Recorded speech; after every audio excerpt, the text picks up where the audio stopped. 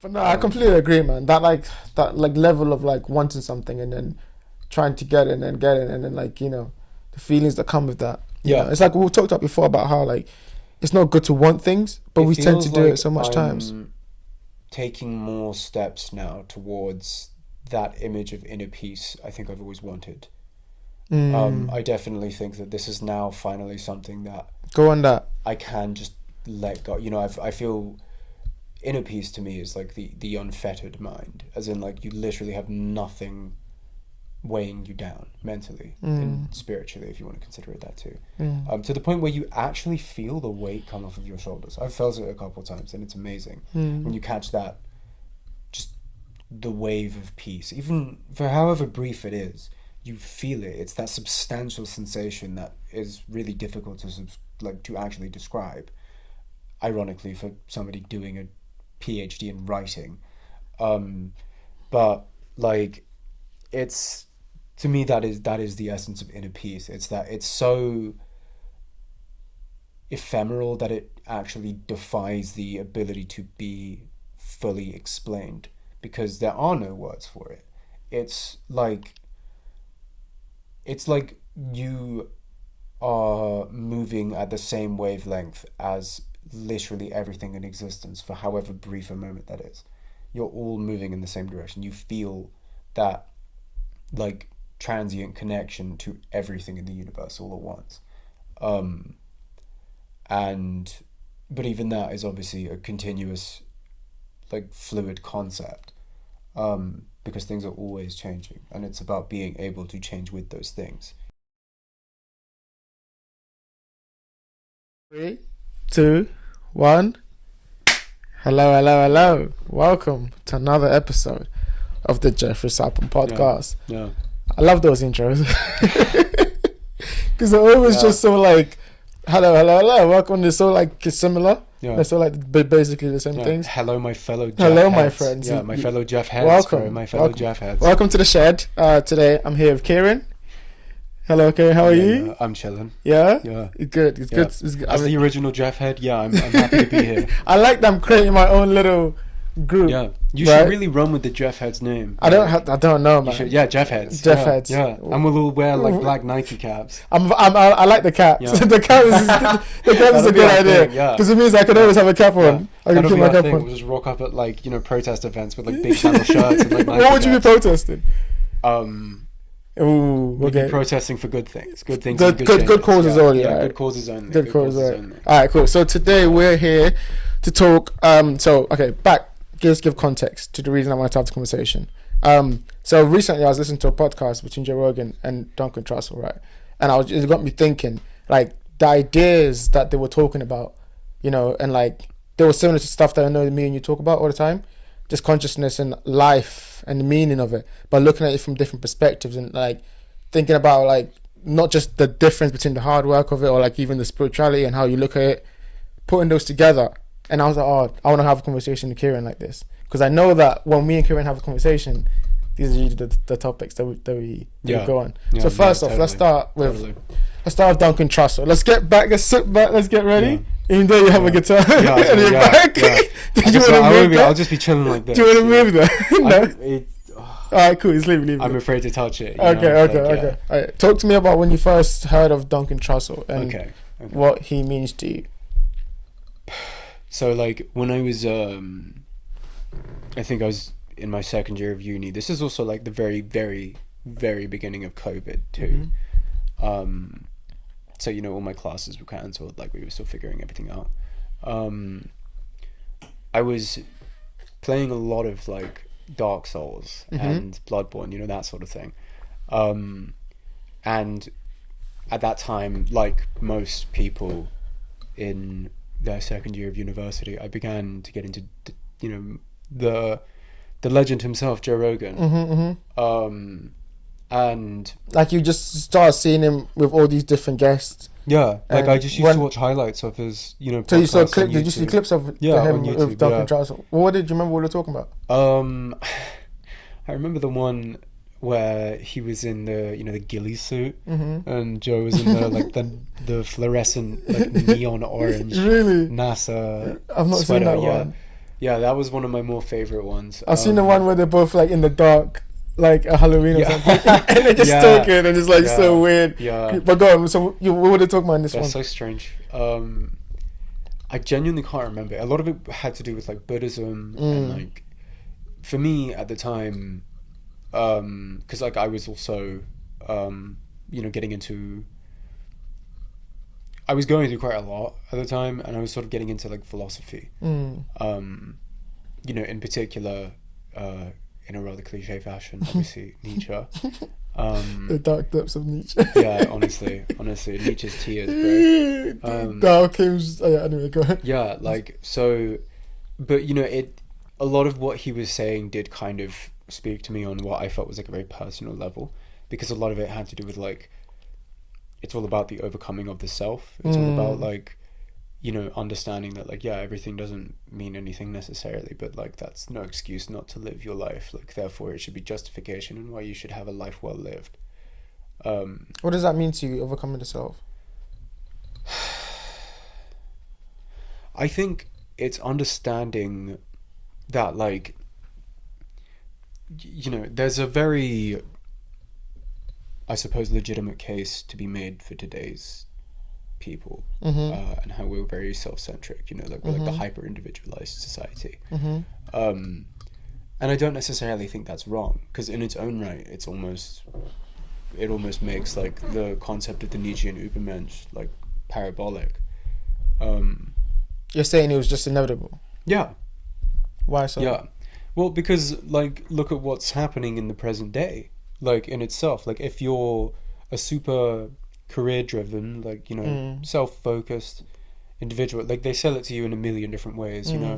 Whether it's you see a lot of these things about like self-help. Like okay, as a counter example to that, then almost the commodification of like self-help, for example, mindfulness has been repackaged into this like capitalistic thing where it's like, yeah, you can like do yoga on the go, like get your side hustle, like all that shit, right? Like we're so blinded in this like fog of what we are told is productivity, that really we don't even realize we're not going anywhere. I was thinking about this the other day. It was funny because I had a conversation with someone about productivity and the toxic aspect of it, and it got me thinking a couple of days after that, like, I think we spoke about this, I don't know, maybe you might mention it recently, but the fact that we're all on this thing, like you said, not going anywhere, not feeling in the moment that we're going anywhere, because it becomes, you're part of this big, influx of things, and it's just the same kind of actions every single day, and it kind of feels repetitive. It's like we're surrounded by people, but we're so estranged from each other. Is it because of the outlets that we have, like social media, or like is it because we've kind of withdrawn into ourselves? Look, I think that like social media is almost symptomatic of the kind of world that we've built for ourselves. I think like I would argue it's made it worse for sure. I don't know about that. I think 50-50. No, in the sense of like it's contributed enormously to that like hyper self-focused world that we're in, because social media realistically is just like a vanity game more than anything else. Not that positive things can't be done with it, because that's an incredibly cynical view to take, and also it's outright wrong. So many good things can happen because of like social media. Like I don't even have to give examples. I mean, you can probably think of one that just comes to your mind instantly. No, I 100% agree. Internet-led thing. No, and like the ability to connect people, and I think like even like just memes, like you know what I mean. Memes is so like universality. Maybe it's in internet more than social media, but like how memes can like flow between cultures, like you said, and just people can understand just the context of an image, and that in itself, it's kind of esoteric, but that in itself is the joke, the context. Or like imagine we've almost gone in reverse in terms of like linguistics, like we've developed these incredibly complicated languages where everything is written as words, but now we're reverting back to communicating through images. But now it's images upon images upon images that are referencing something else entirely. So it's like a story in itself. Memes are very, very interesting. Okay, so there's two sides to it then. I see it, right? There's the advancements of technology and the apps that we use, like social media, which has kind of estranged us. Yeah. But on the other side of it, it's the realization that we're all individuals. Yeah. Right. And so, like, obviously it's good that we're realized that we're individual, Yeah. and like we're actually becoming more and more ourselves, reading and maybe connecting with each other on, like, in the internet. Yeah. But also, like, my thing is, like, not to be one of those, the industrial society, the industrial revolution and its consequences people. Because, like, I straight up, I just don't think like that. I don't agree with it at all. I think that, the benefits of modern society enormously outweigh the negatives. Enormously so. Yes, we have done pretty heinous damage to each other and the planet we live on, but also we're constantly trying to look for ways to fix that. we're trying to be better. Yeah. Like, and it's that almost like, there's a... Cynicism is like a disease to me. Okay. Let's before you do that, let's Yeah. define what do you think cynicism is. So basically, it's perceiving. Okay, this almost goes hand in hand to me with, like, misanthropy as well, because like, at this point, let's face it, they're basically linked in a societal sense. In terms of, like, misanthropy, that's kind of a tongue twister as well. Yeah, It's yeah. basically just, Cynicism like, is misanthropy easier. is basically just a fancy way of saying you hate people, like, you literally hate human beings. It's because of the hate for oneself. I don't understand. What's the mechanism there? It's self-hatred, but taken to the extreme of, like, a species. But you don't know. But like, okay. But okay. it's also very conveniently disregarding literally all of the millions of positives that happen because of humans. Yes. One could argue that yes, but the, like, negatives have only been made possible on the scale that they have because of humans. But also, the same argument could be made for humans. Like, yeah, we live in a human-centric world, of course. Of course. Yeah, because that's how our mind works. Yeah, but saying that, like, yeah, we could make the world a comfortable place for us to live, but there's only so much we can control, I believe. Yeah, of course. There's only so much we can do. But that's a whole separate thing that we could talk about in itself. Yeah. Like, the idea of control.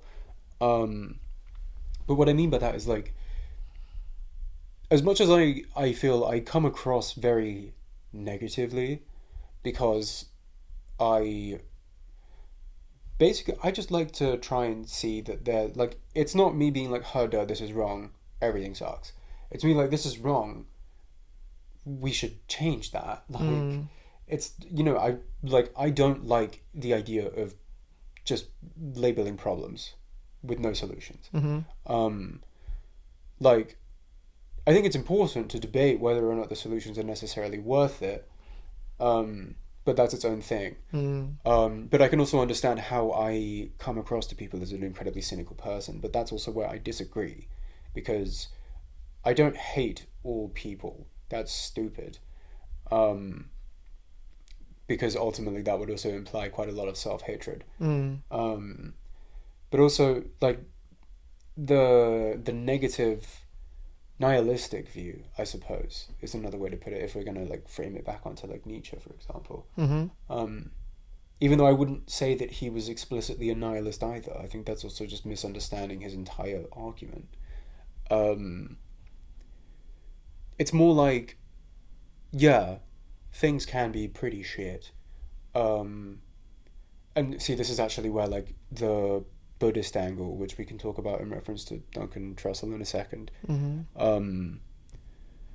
like, the Buddhist angle of it, of where it discusses this concept of, like, samsara, the realm of suffering in which we're all in. And if we die with that sort of negativity associated with us, that the inability literally to overcome the idea of dying and everything else associated with living itself, we ultimately fall back into samsara and continue the process until we can figure it out. I don't necessarily believe in rebirth. How did you reconciliate your nihilism with your Buddhist samsara realization about life?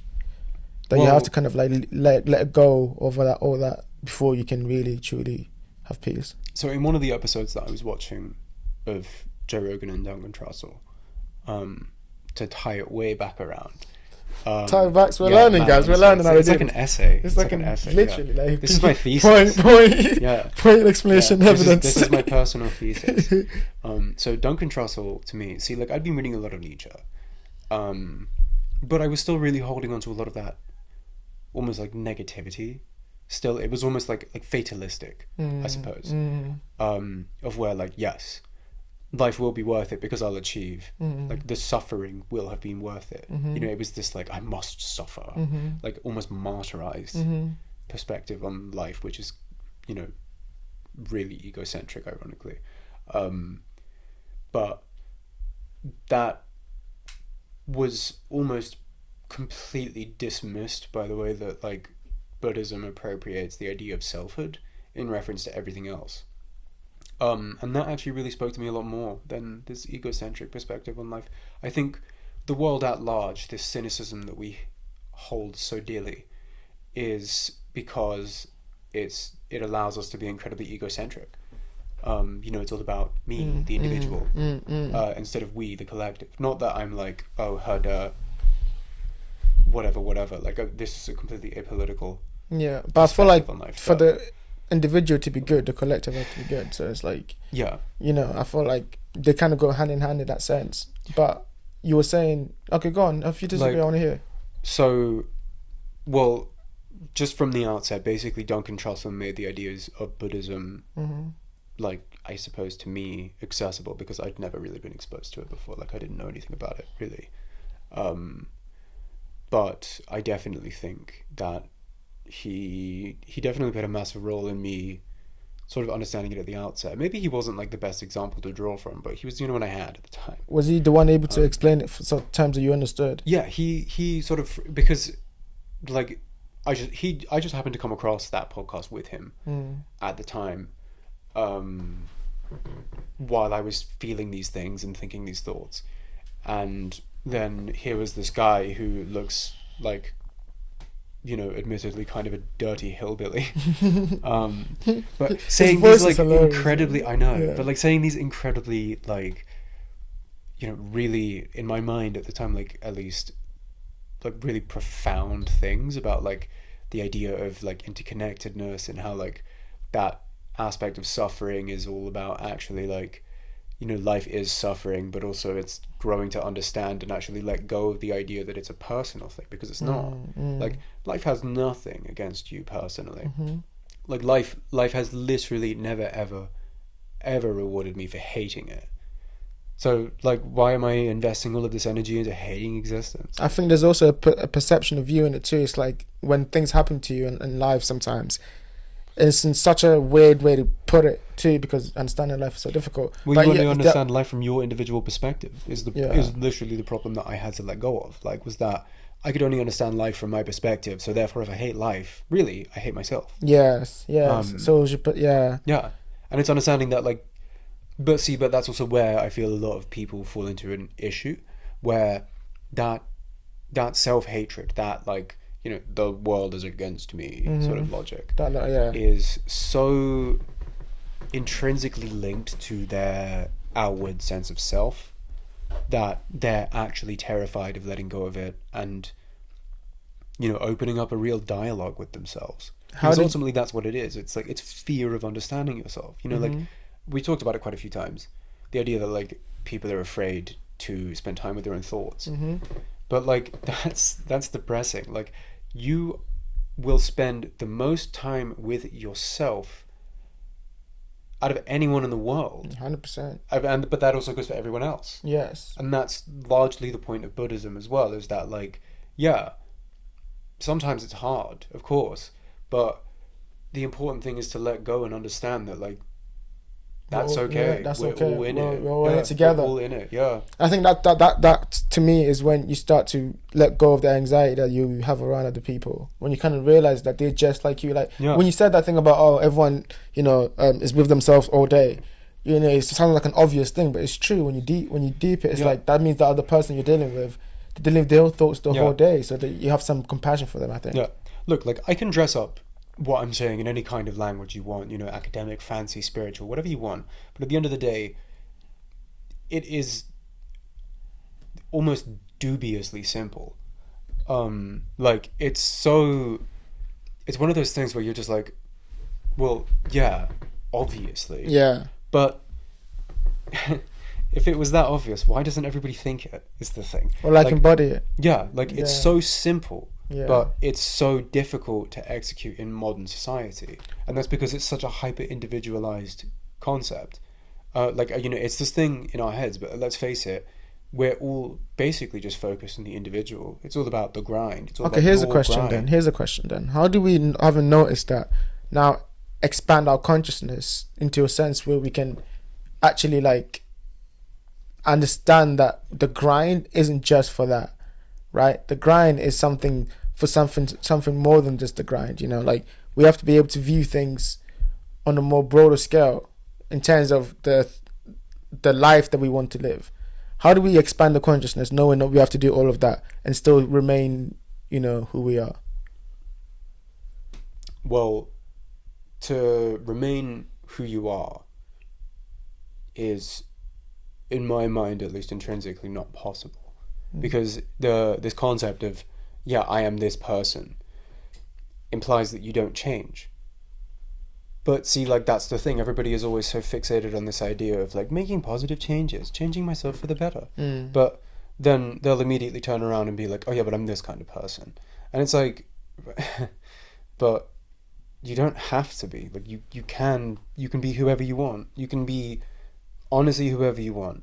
But in that same sense, I think like that understanding that everyone is also going through it is understanding that a lot of people's outward selves, the selves that they put forwards, are masks. It's because it's a defense mechanism. It's because we feel the need to protect ourselves from each other in a, you know, vulnerability sense, almost, for a lot of people, for not necessarily for everybody. Is it letting go of that marks that makes you stronger, be able to deal with people's opinions of you? How Definitely. Do you, yeah. Definitely. Because then you try to embody who you really are in each moment. Because everyone that's is all so you have. afraid of being challenged. Is the thing. Like, everyone is so afraid of each other's or rather of their opinions being challenged, that they'll become incredibly defensive immediately. But it's like, no, you should. What you find you hold as, yes, these are important values to me.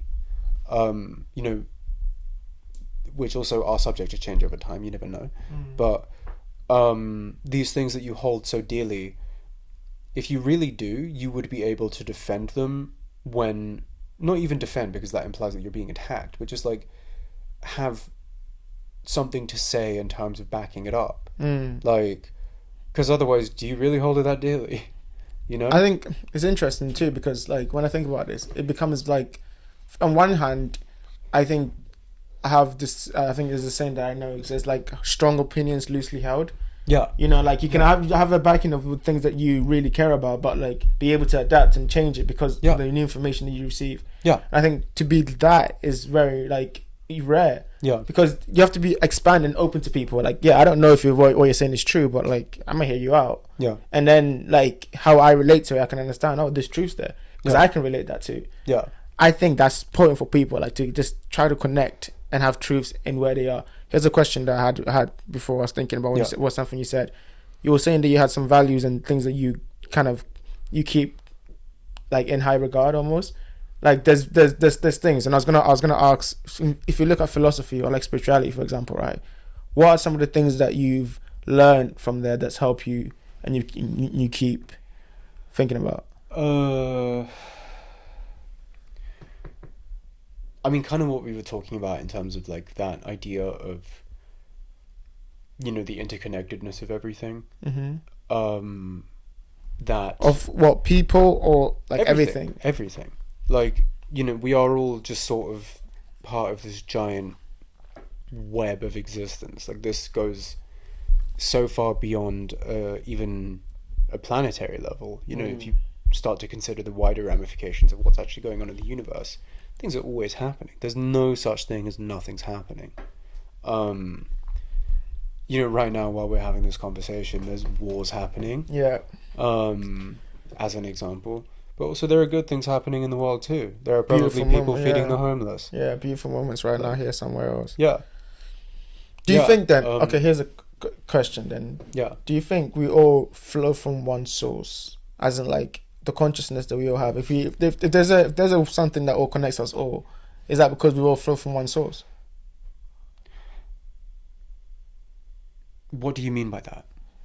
As in, we can all perceive the reality we're going through from one kind of, like, as in like one wider, it's connected, one greater perspective. Yeah, no, yeah. I don't at all. No. Okay. No. Because how do you view it?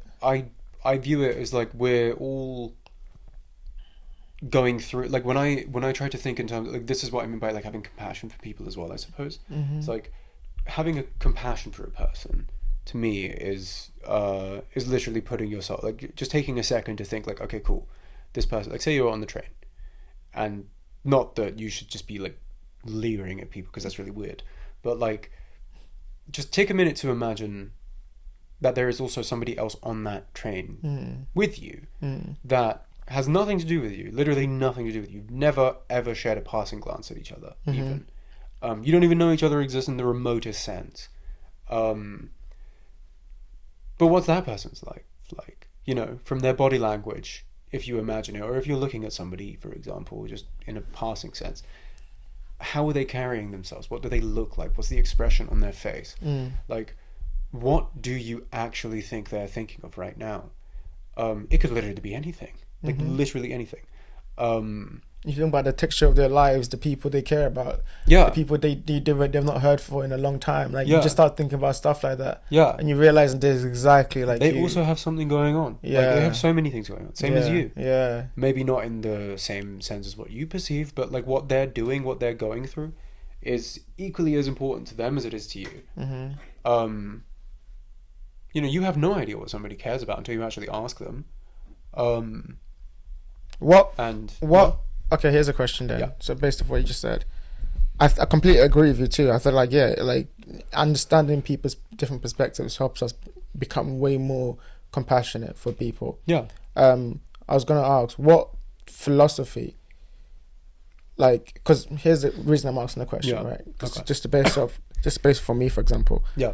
I think when you, like you mentioned Nietzsche and all these people, I think when I started learning about Nietzsche and then like jumping to Jung and all these things, learn all about philosophy, I became more aware of the world, like, by myself. And when I became aware of myself, I started to understand that, like, not only, like, some of these, what they were saying was relatable to me, but not all of it. So I was unique in the sense that I could understand them, but also I can understand my life and like how to implement my life. But see, that's what makes, I suppose, individual existence then. Like, that's your individual perspective on life. And you're extrapolating what they're saying about existence in general onto your, like, you know, you're making that active comparison. Who was that for you? What kind of person? Or like, do you remember any? A lot of people, to be fair. Like, sometimes it wasn't even, you know, philosophers. Sometimes it was just like moments in shows that I watched, or like movies, or things that I read in books, or even just things that somebody said to me. There are so many moments like that. But I think that in that sense, it's like, if I had to draw upon, like, specifically, if we're talking philosophers here, definitely Nietzsche. Because at a time in my life where I felt, you know, ready, I suppose, for self-overcoming, I read a lot about Nietzsche and like what it meant to try and overcome yourself. Yeah. Übermensch. But then I also found like that kind of wasn't enough of a perspective for me. So that's sort of where you go off the deep end and start looking for other philosophers. Did you lean more to spirituality in that moment, or was it more? No, not at all. When did you start leaning to spirituality and like reading that Tibetan book of living and dying and? So like for me, it was kind of like, this ironically also ties it back to the podcast with Duncan Trussell. That's what we do this, man. That's how we do it. We're just very good at this. Like, we really are. It's like, you know, they I don't know if they still have this in schools, but the peel. You know what I mean? Peel. Peel, like, yeah. Those in the English education system, if you know, you know. If you know, you know. But yeah, like it got to a point for me where I was sort of thinking, like, okay, cool. not that like, oh, I've learned everything I possibly can from these people, because that's a ridiculous thing to think. Only by rereading do you fully understand most things. But because also we'll get onto that in a second. But I have another thing to talk about. Now. Dude, so whatever, go. Like, what so do you many want? things. Whatever comes to your mind. Basically, I don't worry about these things. At a certain point, like I had this big book, this giant, like 850-page book, literally called like Buddhist philosophy. It was like, it had a big picture of a golden Buddha. Like start from the beginning or what? Like the beginning. No, I hadn't touched it. It's the thing. I hadn't touched it. It was just sitting there on my shelf for ages, and I had tried to get into it a little bit. Like I'd read a little bit of it, but I would only get as far as like 20-30 pages, and it was one of those moments in my life where I was like, I'm genuinely too stupid to understand this. I need to try and get some more information from the outset, perhaps. And then at some point after that, not long afterwards, I stumbled across Duncan Trussell on that podcast with Joe Rogan, and they were talking about Buddhism, and I listened, and it sort of gave me a very loose outer picture of what it could be talking about. And based on what he was describing, I was trying to run comparisons in my head between like, okay, cool, what are my views on life? What's he saying? And what are the things that I've learned from philosophy already, trying to say in reference to that? And I realized that like really Buddhism would almost offer this counter perspective that I could use constantly for like literally everything I already think. But it was in such a way that it was like, consider it but from somebody else's perspective.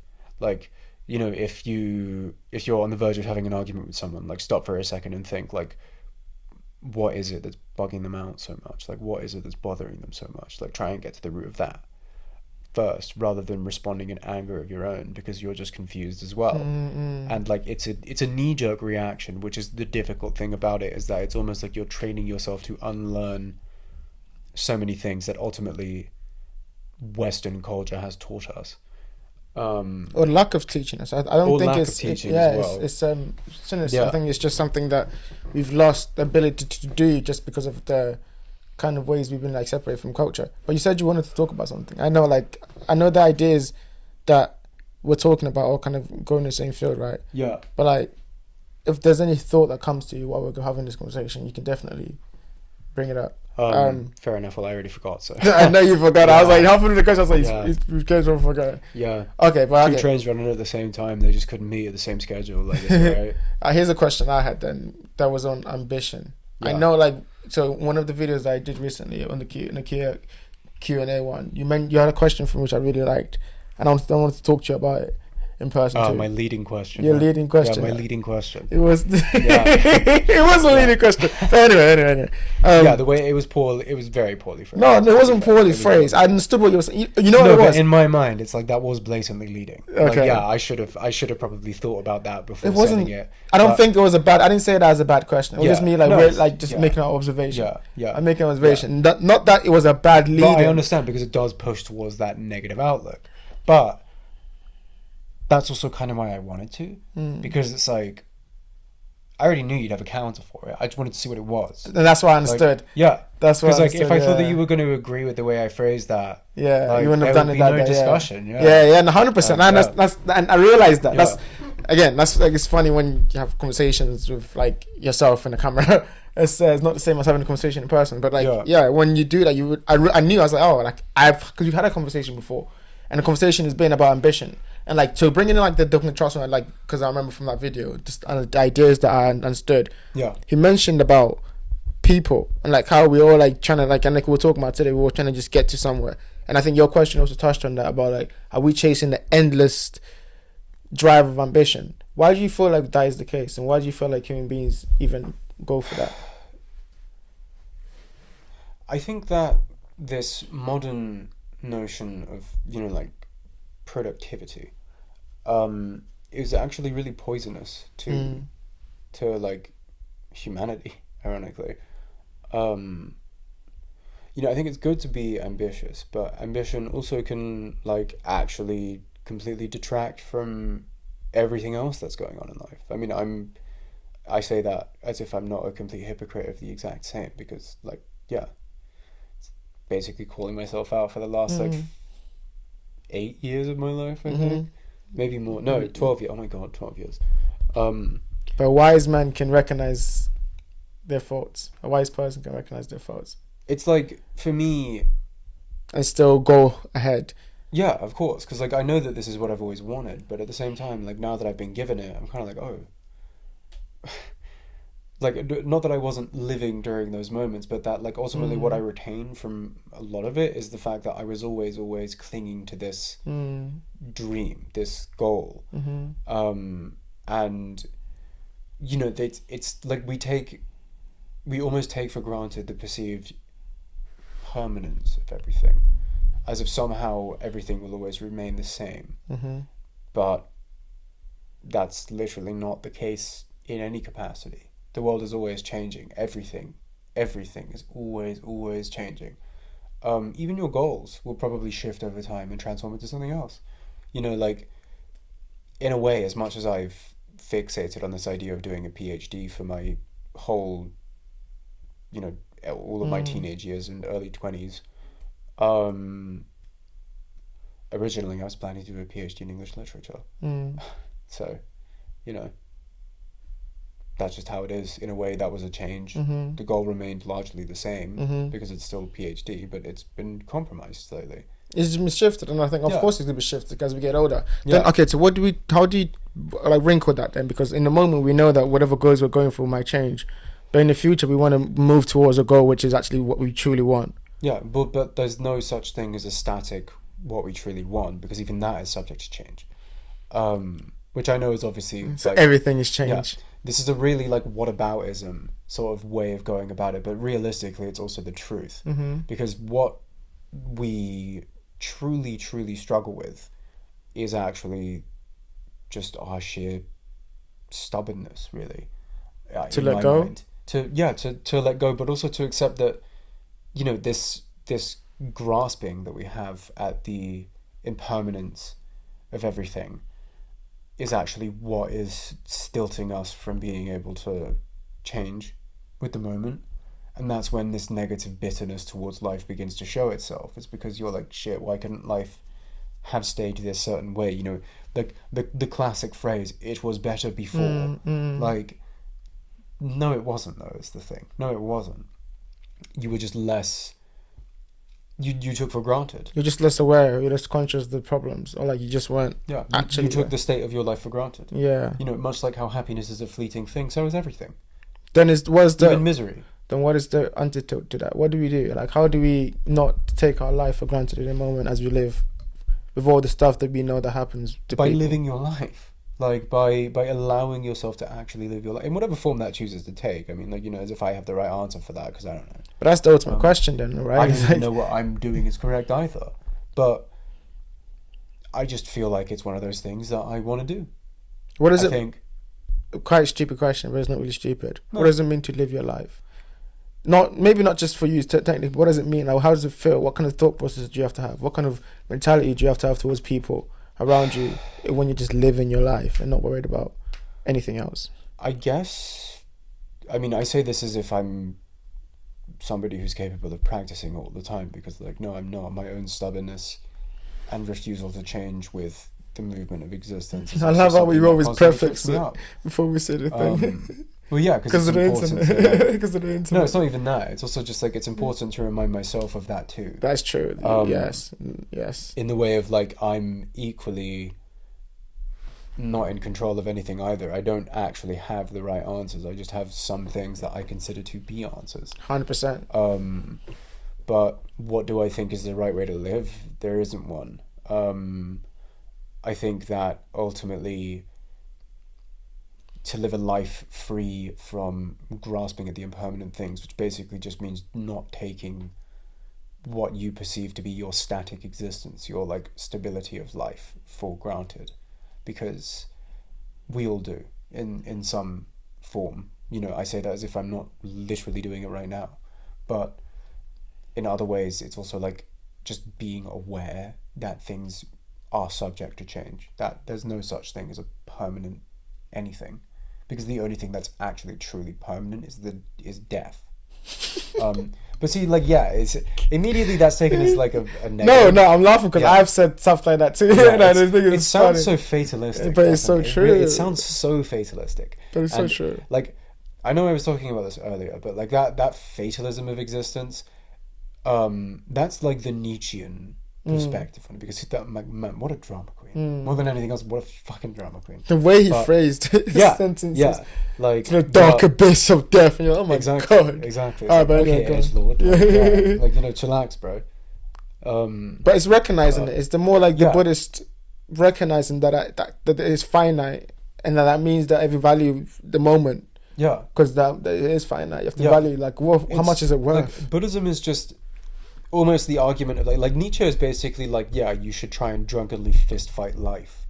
But the Buddhist concept is more like, just let the shores of existence wash over you, more so than anything else. Like, there are bigger waves than others, but ultimately, like, fighting the current will lead to you only drowning quicker. So stop trying to fight it. Like, it's literally what we were talking about earlier when I said that, life has never rewarded me for hating it. Same concept. Obviously that is even in itself a thing that's constantly subject to change, because in my own right, I really do have a hard time with that sometimes. I mean, like, my mum was diagnosed with pancreatic cancer. I really, really struggled with that as a change for a long time. But then quite recently, I also realized that, like, actually, I can pretend it's not happening all I want, but the reality is that it is happening. It is a thing that is occurring. And I don't know when it's going to end, because I know what it ends in. But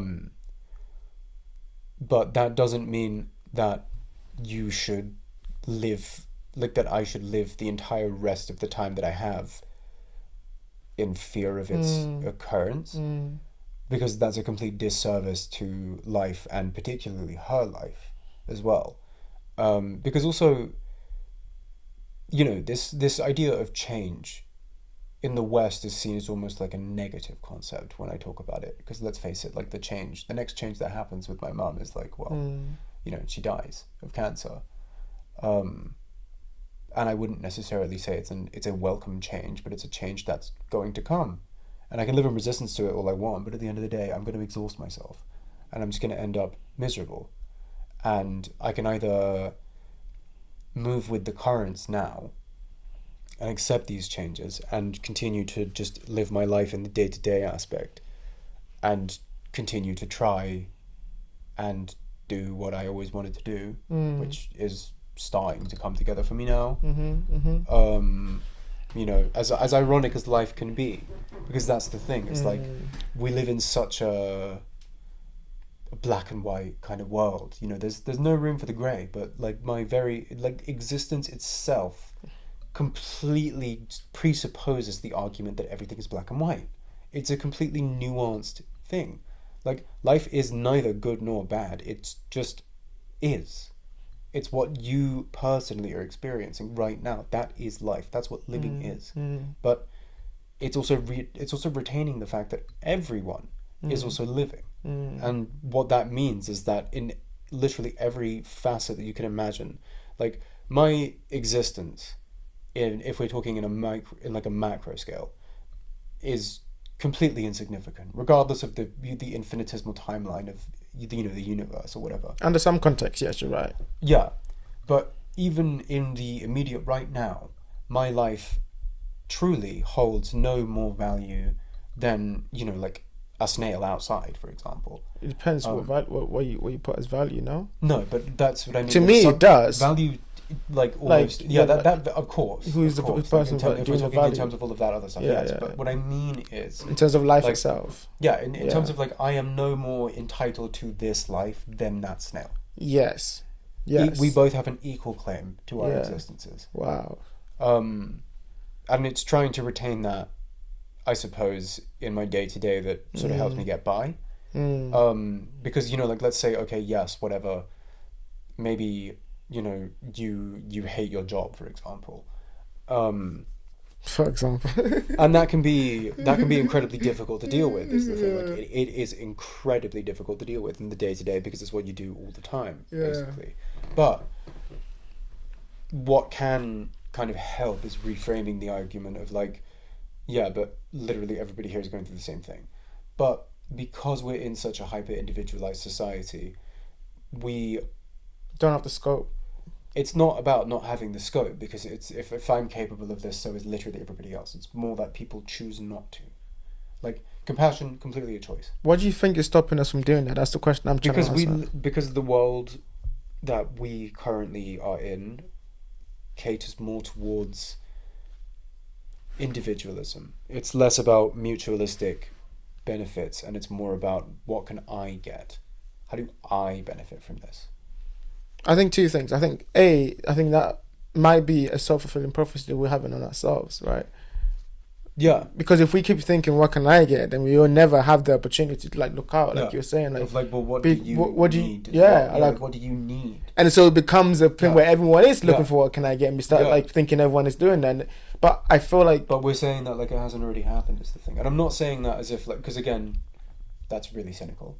But exactly, that's how I was pushing back. Yeah, no, of course, I get it. Like, Jeff, believe me, I know it sounds cynical. It's not cynical. You explained it really well. Because, like, it's more nuanced. Yeah, because my argument is like, I'm trying so desperately to point out the like just the sheer pointlessness of cynicism. Like, it is literally a trap. Like, nihilism, cynicism, they're traps that you fall So how into. do you overcome those traps and change? Like, you've obviously gone through that, because but I fall back into it all the time. It's a continuously evolving trap. But there's things a trap that changes with time because of the experiences that you go through. Yeah. Like, that's why I use the example of my mum having cancer. Like, that is a trap. That's what made me fall back into cynicism, back into nihilism. I'm probably gonna fall right back into it when it does come through. I might fall back into it tomorrow. I don't know. But you have but you've got like realizations, and like you're more. Yeah, I try to keep this in the back of my mind, because it helps me get through. Because also it's like, it's reminding myself that it's not static. Like, you know, it's ever changing. Yeah, it's ever changing. Yeah. Like, and in that sense, like, yeah, it's so easy to perceive what I'm saying as incredibly cynical. I understand that it kind of does sound really, really, really cynical, but it realistically, it's not. I don't think it sounds cynical. More like, I consider it as like, it's just being, because you can blindly ignore, you know, the negatives in your life. You can choose to squash them down and not air them, but then all that does is they fester inside of you, and you blow up at some point. Absolutely. And what the hell good does that do anybody? Especially you. Yeah. Like, the whole point of inventing language was to communicate fucking. But what I would say is, right, is what and I agree with you, and I think what I would say is connection. Yes. And that's the struggle. Is this person that I'm talking to at work, even though I work with them, are they really there, incentivized to bother listening to me? Yeah. And that's really depressing, because it's like, dude, like, I like to believe that if someone comes to me and like just randomly they're like, oh, this is happening to me, I'd hear them out at least. Like, you know, but I feel that isn't really a universal concept as much. It's almost like, what can you offer me in return?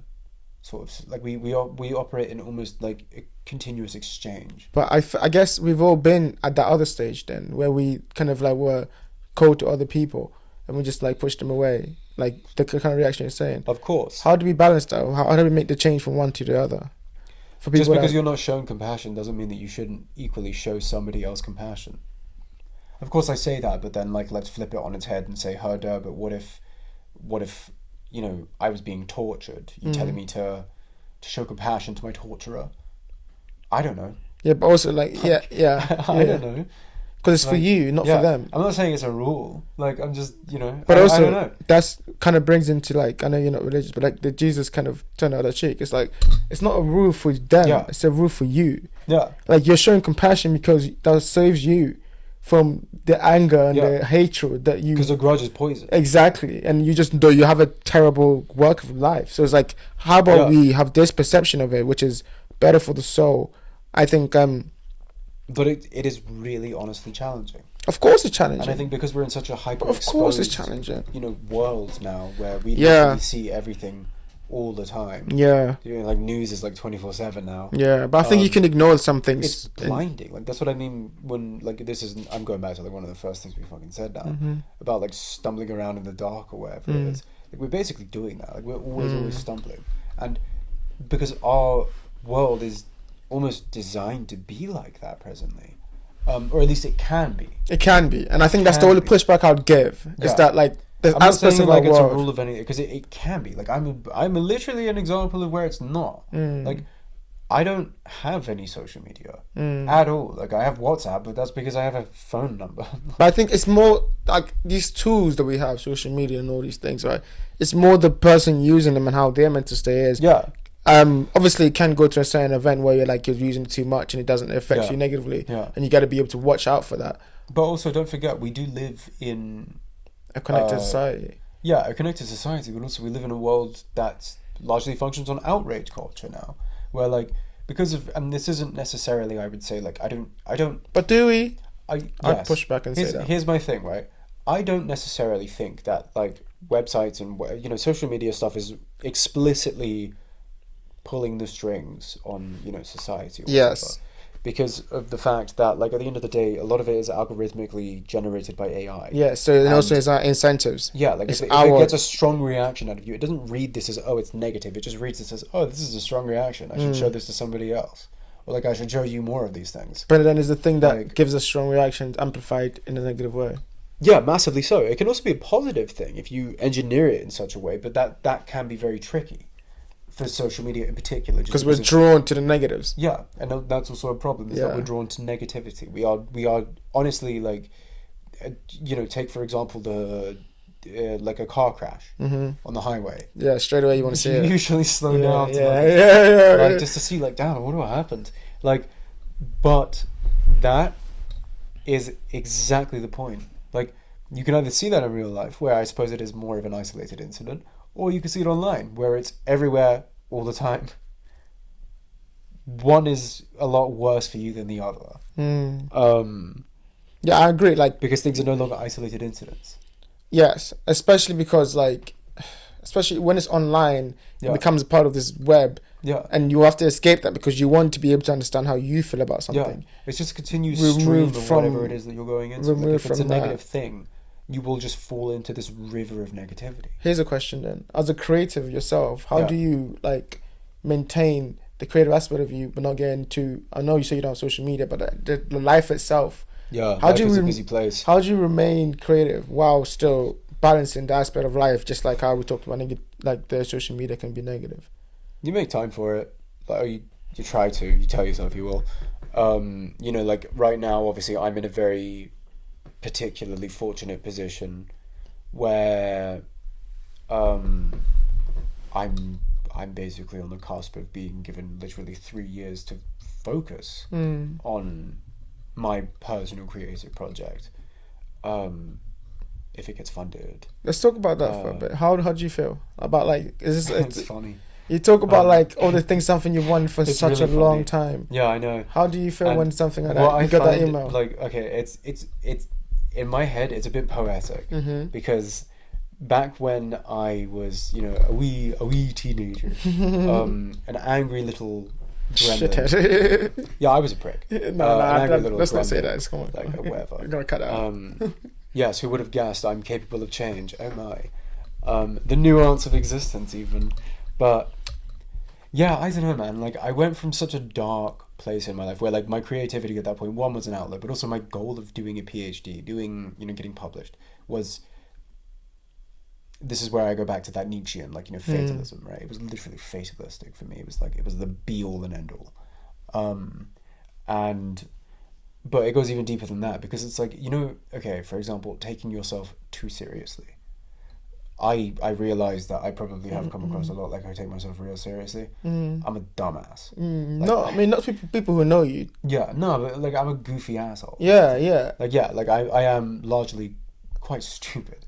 But the thing is, like, that's because I've learned not to take myself too seriously. It's almost like that ties back into that stubbornness, that ties back into that like grasping at the impermanent things. Like, you shouldn't take yourself too But now seriously. you're doing important stuff. Of course, you gotta take yourself seriously. To a degree. But I'm also not going to forget about the fact that ultimately my PhD is literally about like what it is. And it's quite silly. Yeah. Really. But I mean, But okay, look. when I was a teenager, I had this very particular idea for a story that I wanted to write. It was really serious. Like, it was like, you know, like really, really edgy, really serious. Like, took itself way too seriously. And I always thought that was going to be what it was, that I was going to get published at first.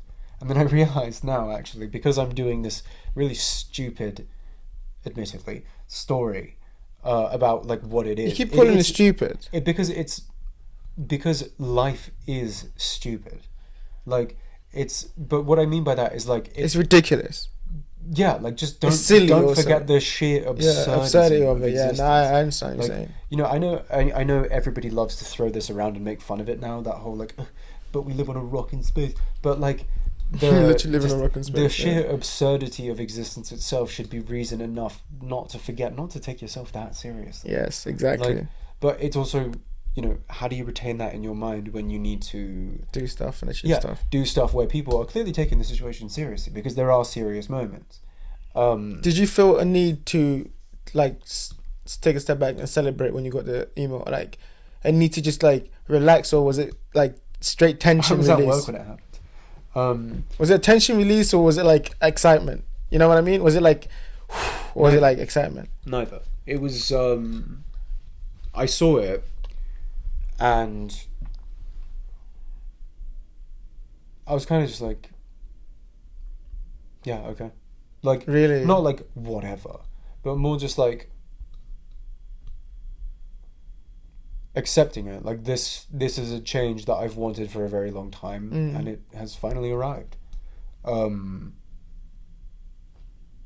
Is it difficult to balance the excitement and like the fact that it has finally arrived? You know, okay, cool, now I have to actually do this.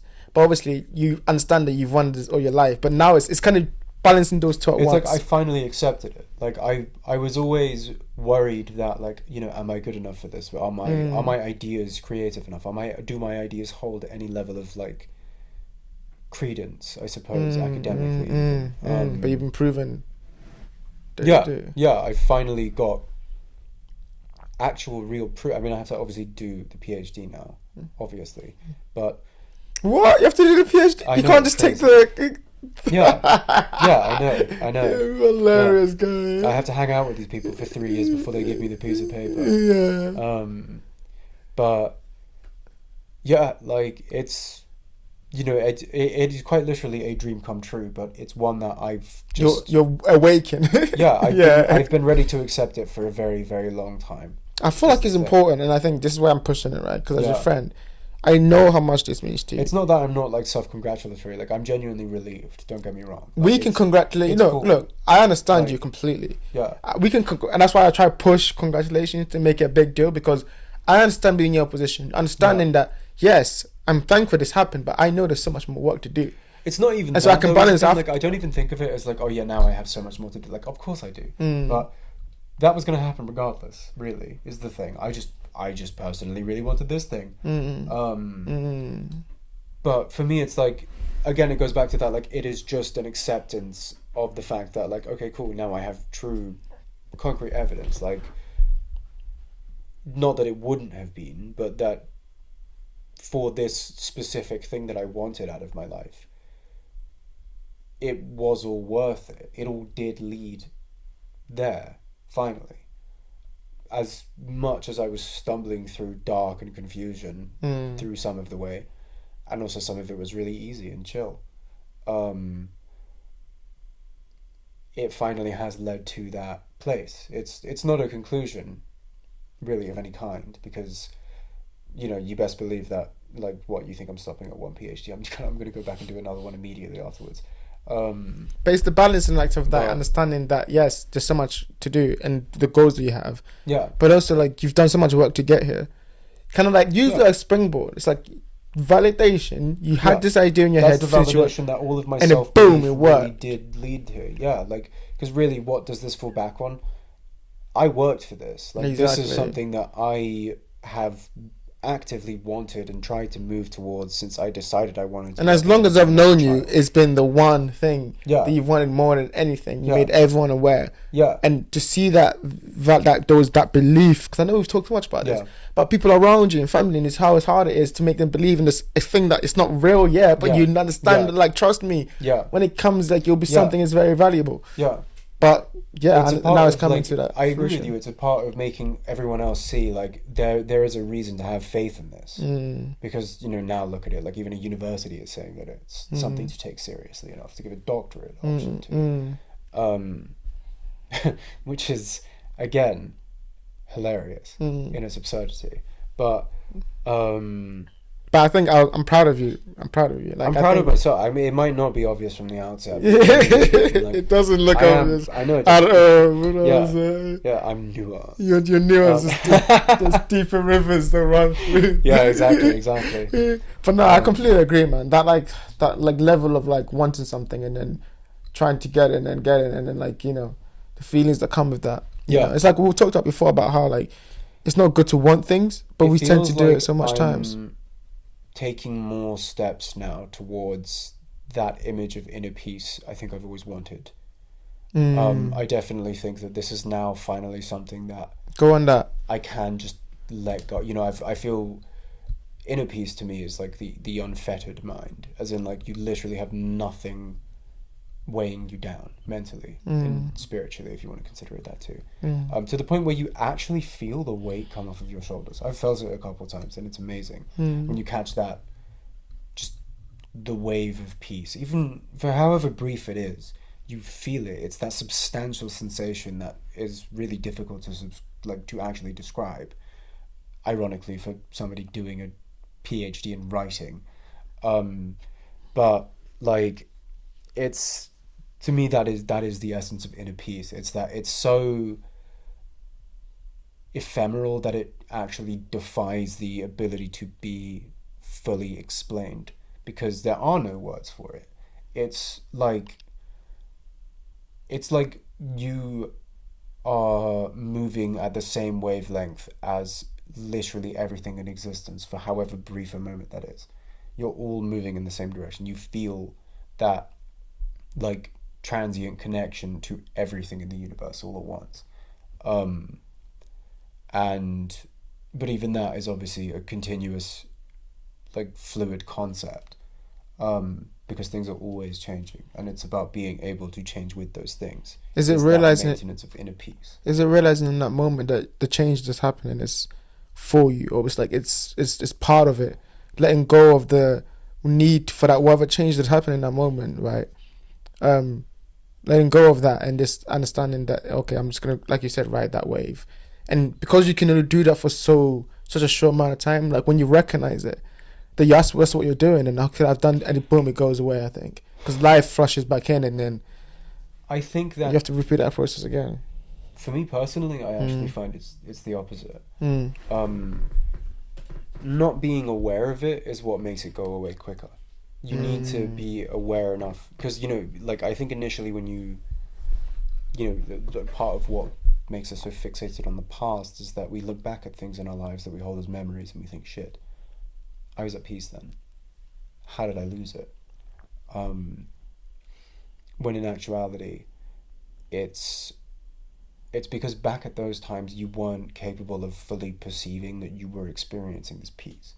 You felt it, but you couldn't describe it. You couldn't quite understand the things that were, like, the tethers that were connecting in order to enable that peace to arrive at you. I think that gradually those memories that we hold are almost like lessons of, like, okay, cool, this is what to look out for now. Like, I remember I used to talk to you and Rev all the time about it, about how, like, when I was in my master's, like, I keep talking about trying to get back to that peace. But the truth is that I could never go back, because it has passed. That time is no longer. I need to find peace again now, however that might come about. And in that sense, because it's an incredibly difficult thing to do. Like, I'm not going to pretend as if it's easy. It's completely dependent It's on like building. circumstances in life. It's like building an ark. It's like building a ship almost. Yeah. Like when you built that ship before, and when we were in uni, because I remember us meeting, Yeah. and I remember the conversations we were having. It's very similar, but we had figured stuff out almost. But then we made that ship. We went somewhere else, and now that this new place requires a different ship. Yeah. It requires us to figure out stuff differently again, and I think that's when you find that peace. I don't know if I think that's the goal actually. Now that I'm thinking about it, Peace is the goal. you know. Like, but it can be found anywhere at any time. But here's a question then. I think connectedness to nature matters, though. Okay. In that step. Okay, I'm gonna loop that on too. Yeah. How do we, if we want peace, right, and we understand that peace is like absence from everything that causes us stress and makes us understand that to connect fully connected to the games that we play, right? But we want to be successful. How do you balance that? Like, because I think the question is, does peace make you less ambitious? No. Why so? I am my own best example in that sense right now. Because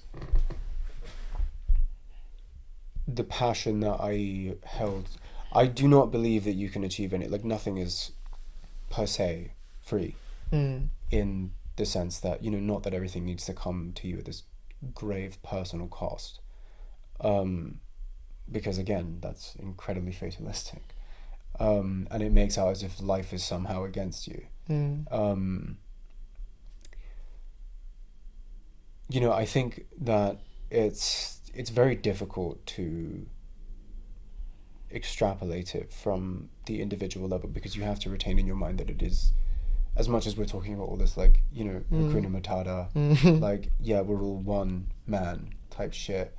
It's difficult not to disregard the fact that at the end of the day, everybody is an individual and we're all living our individual lives. Like, something is happening to someone, always. You just have to hope it ain't you.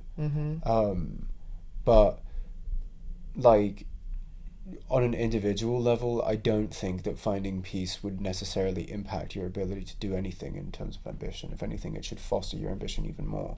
Because for me, you know, yeah, I've been, like, clamoring at all these different things, these, like, transient things that I try and grapple towards, like these goalposts I have, as if they're static concepts, which they're not. You know, I'm climbing a ladder that has no actual rungs at all. It's just, I'm just trying to climb up two poles that are, like, looped. But so is everyone. We're all climbing that same thing. Yes. Is the thing. I think then peace becomes like a magnifier to be able to see what you truly want. Yeah. So what ladder you should truly be climbing, you know? Whichever one you want. But that's what I'm saying. Like, if you're at can always peace, be found. if you're at peace, this is how I view it, and this is my perspective then, right? I feel like peace is a Are you complete. saying that to succeed you must suffer? No, but I think no, I'm not saying that. I think in the moment that might feel like some moments. I think yes, but I think you can still be at peace and suffer. Here's my thing, right? You know what I mean? If you were always at peace, yes, you would lose the incentive to really do anything. But that would also imply that somehow, well, no, actually, because that what you're describing is basically the concept of nirvana. In what sense? It's that infinite peace. You know, there's a case to be made that nirvana isn't a place you go to; it's a state of mind that you reach. Yes. Yeah, I agree with that. And in that sense, I also find that, again, no, you can still achieve things. It's more just that you've, like, truly accepted the nature of existence as it is, in the sense that things are always changing. I think we say these. It's funny, right? Sorry, Yeah. I just thought, right? No, of Sorry to course, interrupt. yeah. We say these philosophical concepts, and it's almost to me because a realization just came to me. This is just what growing up is, what real maturing is. Yeah. Understanding these concepts in our own lives and being like, oh, Philosophy is literally just the study of life. yeah, exactly. It's just understanding, or trying to understand and give some semblance of meaning, or at least frame of reference for whoever reads it and thinks their own things. to the Because life they're already going through. yeah, it's supposed to be capable of being extrapolated to everybody all the time. That's what makes it a truly universal message. 100%. Like, it's just desperately trying to explain existence in a way that is digestible to people and in a way that they can then use on their frame of reference, which is their life. Okay, here's a question then on that, because that's a good point. It's a very good point. What would you say is one thing that people need to keep in mind when they think about existence, and so they can live life in their frame of mind in a more... That we're all going through it, man. Like, just really think about that idea. Like that, and also just like not...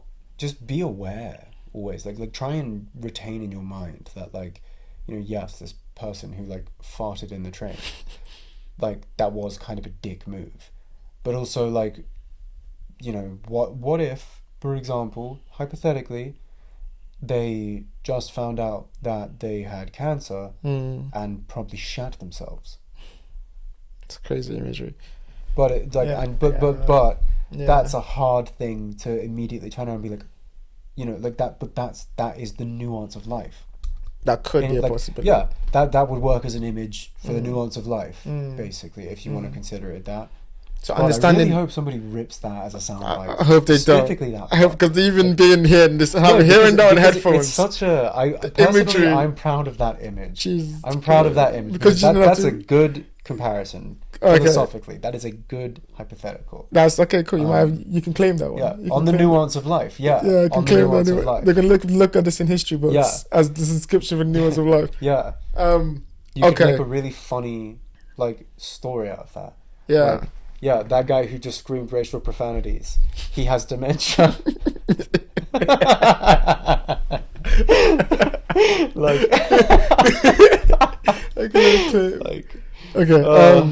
Okay, let's bring this to an end, because I know we got other stuff to do.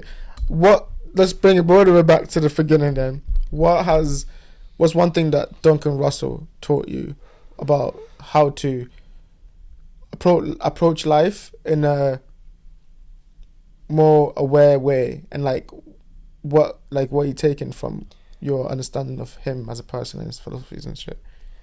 I feel like Duncan Trussell essentially helped me get to the place that I'm at now. Like, I feel like I'm almost living the lessons that I picked up from him and from everything else I've been reading and have read, and, you know, will continue to do so. It's kind of just like, he to me stands as a good example of how I can try and at least retain in my mind the aspect of compassion for others, like trying to retain that in my mind. You know, when I think of him, I do think of like, yeah, he's this like funny hillbilly dude, but also quite ironically as well, very similarly to me, he lost his mum to cancer. You know, there was a really long and good podcast that he made with his mum before she passed away. It was even used in the Midnight Gospel for, you know, if anyone does want to watch that, which I would recommend to everybody. I would recommend too. That's great. Because also, again, he was somebody who really made a lot of these things that you and I were talking about accessible to me in the first place. It provided a way for me to understand it in a way that was almost in a conversational style. Like, philosophy is full of this really, like, you know, it's full of a lot of like fluff and pomp. But when you strip it back and you try and actually talk to somebody, because that's where it gets that very like superiorist connotation from in the generalistic sense. I know what you mean, like the form that it takes. Yeah. It's because you have to try and make it accessible to people. And that's the key, is how do you make it accessible to people? From a storytelling perspective, you know, maybe that's using characters to represent specific philosophical concepts, or but from a conversational perspective, that's a different angle too, right? Yeah, exactly. Because they can discuss, like, I've not seen an episode of him and his mum, but they can discuss topics from their own personal experiences, and that will give you a window to look at your own personal experiences as they discuss these topics, because your mind is also understanding that these things will apply to you too.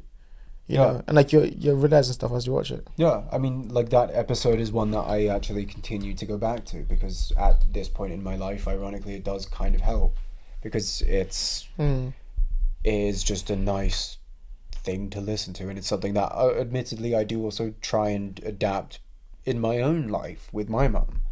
You know, like I try to talk to her about some of the things that they talk about, but also she has her own perspective, and there's something that I can't forget. As much as I might disagree and struggle with it sometimes, it's her take on life, and it's her take on her life. Have you reached a point where you've got like comfortability with your take on life and everyone else's? Like you've accepted. Presently, yes, but as always, that is subject to change. That's yeah. That's humility. To be fair. But like, you know, as it is, I try not to hold grudges. It's because what's the point? Like, what is the point in holding a grudge? Especially if it's rather petty. But like, it's also just, you know, man, at some point you kind of have to just be like, yeah, man, live and let live. 100%. I hope you enjoy these moments that, you know, like, you know, getting to PhD and all these things. Even I think I understand that, you know, like me and you, we're on this journey to achieve stuff and to do stuff that we want to be possible. And like we have to push each other, but we also have to be able to congratulate each other and make each other understand that you're not on the journey alone. Because we talk about the same things because we relate to each other so much in terms of how we're trying to do things and the people we're trying to become in that, you know. Yeah, totally. You know, but like we're trying to become the certain type of people who are open and like just like we've talked about, approach people without not thinking about what it is like to be them. You know, that you call it Buddhist, I call it, I guess, I try to like kind of call it religion and God, but I guess you can go even deeper and say that it's just human instinct. Yeah. By any other name, like, you know, as much as I framed it as a Buddhist concept, ultimately I do view Buddhism more as a philosophy on life, I suppose. You know, in the same vein that I would consider, like, for example, Nietzsche or Schopenhauer or whoever. These are all philosophies on life. These are all just ways of explaining existence. Every religion falls under that facet of philosophy as well, I suppose. You know, and I don't think that there is necessarily any one that fully encompasses everything, because truthfully, it's impossible to account for everything. It truly, truly is. And it's more about understanding what aspects you can draw from each in reference to how you personally try and navigate existence. Some people don't even think about it at all. And, you know, bully for them. Let's finish off. A lot of people would argue that we were just talking a whole lot about a whole lot of fuck all. Like, yeah. And fair enough. If you do, let me know in the itself is a philosophy. Yeah, 100%. 100%. That's so true. Yeah, like whatever, man. If you don't want to think about that, don't, I guess. Yeah, no stress. But whatever. I think there's some element of people that when you become, I guess, free of like the struggle of life, you want to help other people do that too. Oh yeah. So you want to tell them to let go and like trust me, like it helps and like. But you have to understand that they're also on their own journey of that. Like the balance. That's what I struggle with as well. Yeah. But at the same time, like not to make it like super duper personal or whatever, but like with my present like, you know, partner, like when I met them, they were really going through a lot of shit, and like I could have tried to push these perspectives I have on them, but like they wouldn't. Rightfully so, they would have completely disregarded it because they weren't in a position where that was what they wanted to think about at the time. But gradually, over the course of what is nearly 2 years now, I've seen them completely transform and change into a completely different person, and they're so much more themselves. And equally, I'm positive of the fact that that's equally happened to me, and I've watched it happen to you. What has that taught you about life? Thank you, actually. I hope. Yeah, no, of course. What has that taught you about life? It's true that life is just this fluid concept. It's not this permanent static thing. You know, what I look back on as like my personal view of like, oh, how I was at peace in my masters or whatever. And how it changes over time. Straight up, I took that for granted. I wasn't ready for the change, and when it came in the form of my mum being diagnosed with cancer, I wasn't ready for it. It blindsided me. I tried grasping desperately onto that image of peace that I was holding in my mind, and I just couldn't get it because it was gone. It had moved on, and I wasn't ready for that. and I wasn't ready for the change. So for a very long time, I struggled through it. But, you know, you get here. How did you come out of that? Just allow life to take its course. There's nothing else you can do. Because I spent time hating life again, of course I did. But what did that get me? But what is it? Because to me, right, it's funny. So it's when you say that, just different perspectives. I mean, same thing, but different viewpoint. Like I was saying, you describe that letting go as letting life take its course. I describe letting go as taking action. Yeah. In terms of taking the reins into my own hands. It is about taking action as well. But see, that's the Nietzsche. That's what I'm saying. Yeah. That's the Nietzsche take on things. That's the your life is your own. Yeah. Grip onto it. Yeah. And I, in my own way, I like to believe that I did. Yeah. You know, I'm still in this relationship. Yeah. Like that managed to survive the giant boat rocking of what was happening. Mm-hmm. You know, I've done like 8 or 9 different jobs since then. Like, I've changed careers so many times. You've I'm definitely now doing something else. Yeah, you've taken forward your step to life and kind of experienced all that it has to offer. Yeah. You know, like in terms of you were actually the Ubermensch example. Yeah. And then things have started to happen to you, and now you've reached a point where you've understood how that feels. Yeah. Because, like, and it's not like that you can't take time to, I suppose, wallow, if you want to phrase it like that. Mm-hmm. Because in some ways that's incredibly important. Yes. You know, I went through periods where I was really, like, to the point where I couldn't even get up. But equally with that, I have managed to overcome those things, and I've continued to change with the movement of life. Mm-hmm. You know, it's not easy. But also if it was so easy, why would you try so hard? You know, there's got to be a reason to try. Mm-hmm. What is your reason to try? What's your reason? Has it changed from last we spoke? Your reason for being in this moment?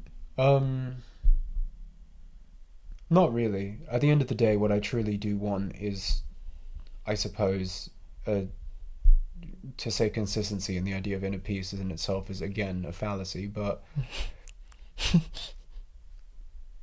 I don't know. Honestly, I just want to live my life. It's a very honest answer. I guess. Because I'm coming around to that also. Even though I'm doing stuff, when someone asks me where it's all heading, I don't know. But it's a good I don't know. Yeah. Because it's not unfamiliar territory, because of the things I'm doing in my life are different. So I'm heading into new grounds almost, new lands. Like, I'm meeting friends like you guys and seeing, I'm like, oh, okay, like, where could this head? I don't know, but I know that I'm in the right place. Yeah. I know that I'm heading where I'm supposed to be headed. Yeah. I know that we both are. So I'm happy for that. I'm happy we're doing that. Exactly. I think to close this out, unless you have a question, because I know we've been going. We could literally keep going. I could talk about this all fucking night. We know, like, this is how our conversations go. But yeah, just to finish off and to close off this insane conversation we've had, it'll be funny to watch it back. What do you think going forward? Like, just the next couple of. I'm trying to think. This is like the question, to phrase it properly.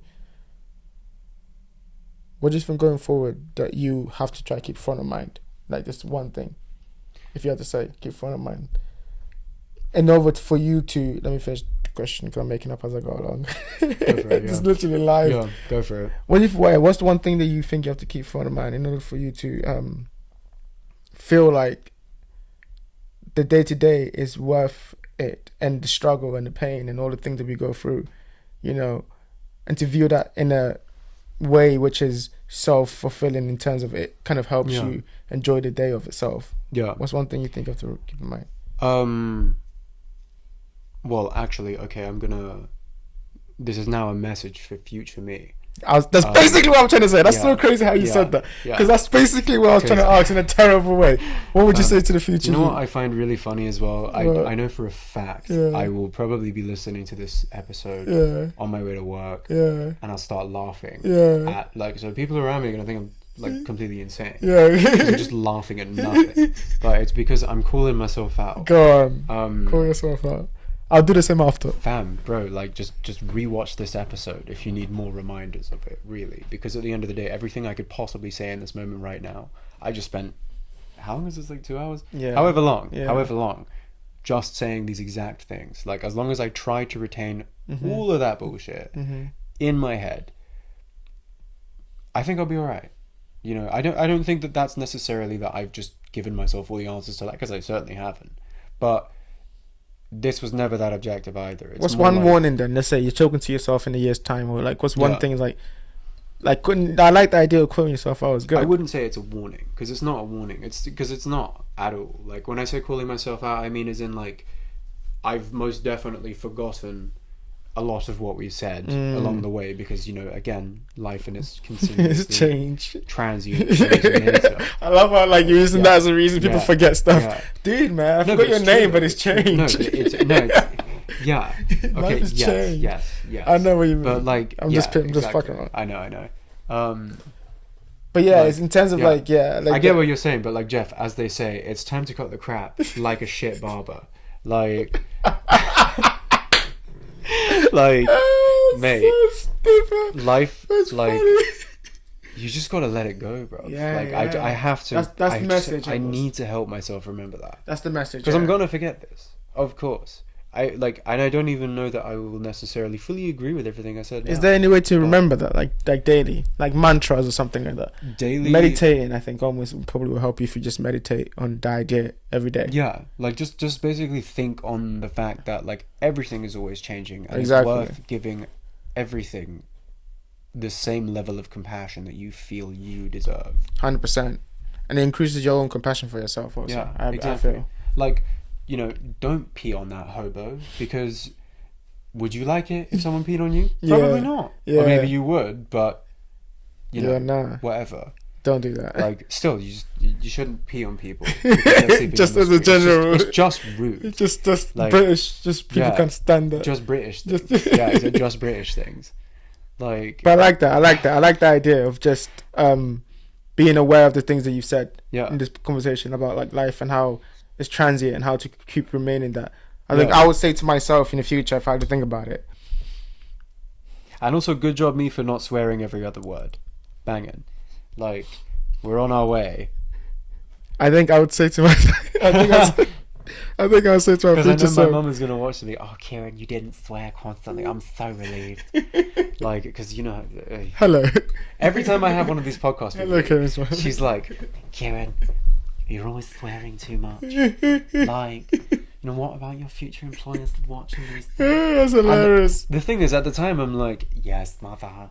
But then I think about it, and I'm like, you know what? Yeah, if my future employers do watch any of these, I hope they think that, like, they come away from it thinking like, yeah, this dude probably should stop cursing so much. But also, some of that stuff I was saying, Or some that's some real, some that's some facts. yeah. Yeah, and I think Like, they recognize yeah. that. And I hope too Yeah, you'll recognize exactly, that. That's why exactly. we're doing this. We're putting our life on the line Exactly. to have this conversation, Yeah. because in that moment, if Yeah. you just take the risk, there's some real, and they can also connect to that. Yeah. You know, and that's the whole reason I push to do this, because I understand that these moments can't be getting any other way. They can't Yeah. be captured, and they can't be shared, and people can't experience that in their own unique way any other way. Exactly. And I think 100%, if I was, I think that's the way I want to tell my older self to remember that, like, look for the real.